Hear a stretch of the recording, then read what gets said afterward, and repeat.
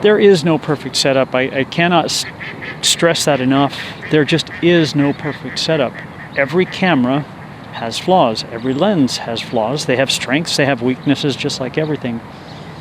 So when somebody goes out, oh, that's going to be the best camera ever, or this is the best lens, or you should buy this, or it's all nonsense. It's all nonsense. Let's shoot some more.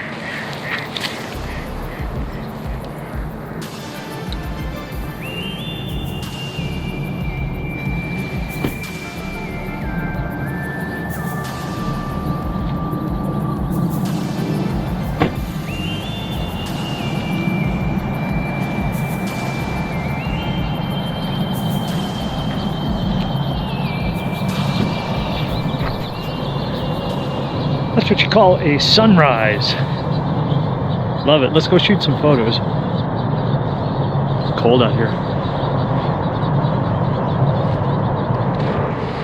JonnyPink. There is, this is Friday and I missed the osprey. We have one osprey that's still here during the wintertime.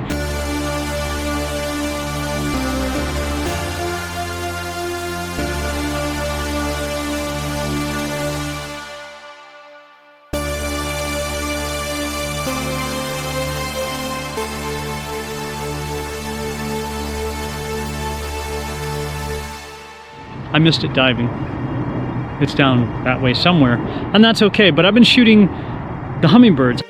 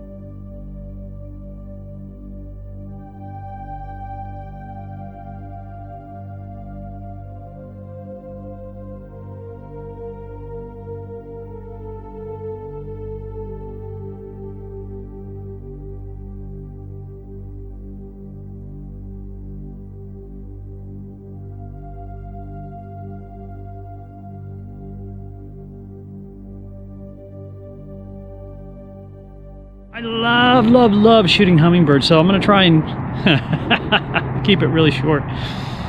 One thing I like about hummingbirds is I will shoot them any way I can just because they're amazing. I prefer something behind them for a color or a background or a texture instead of just the white sky. But if white sky is all I get, then that's what I'm gonna shoot, like this.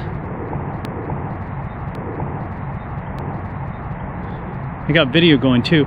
There is, I don't know if I'm going to be able to get this, but I'm going to show you this one too. There is one of the little turkey vultures sitting in the tree right there.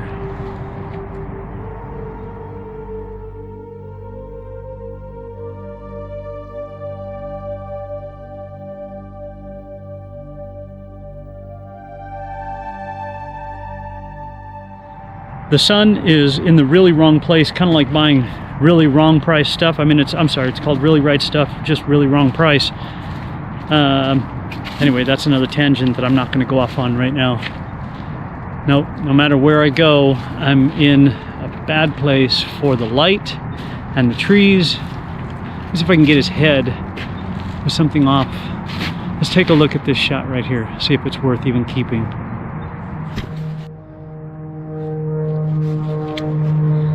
There are two now, and if you can hear me over that plane, well, awesome.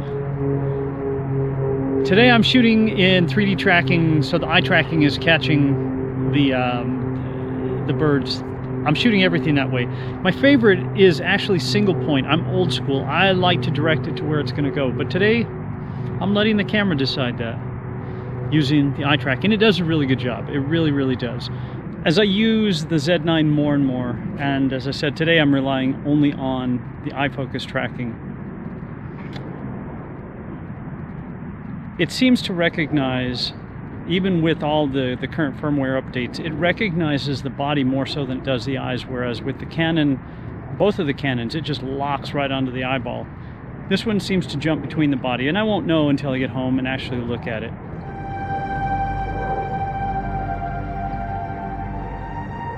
Nikon has definitely come a long way. Technology-wise, do they compare with Canon? No, they don't. They simply do not. It's amazing. The photos are simply amazing.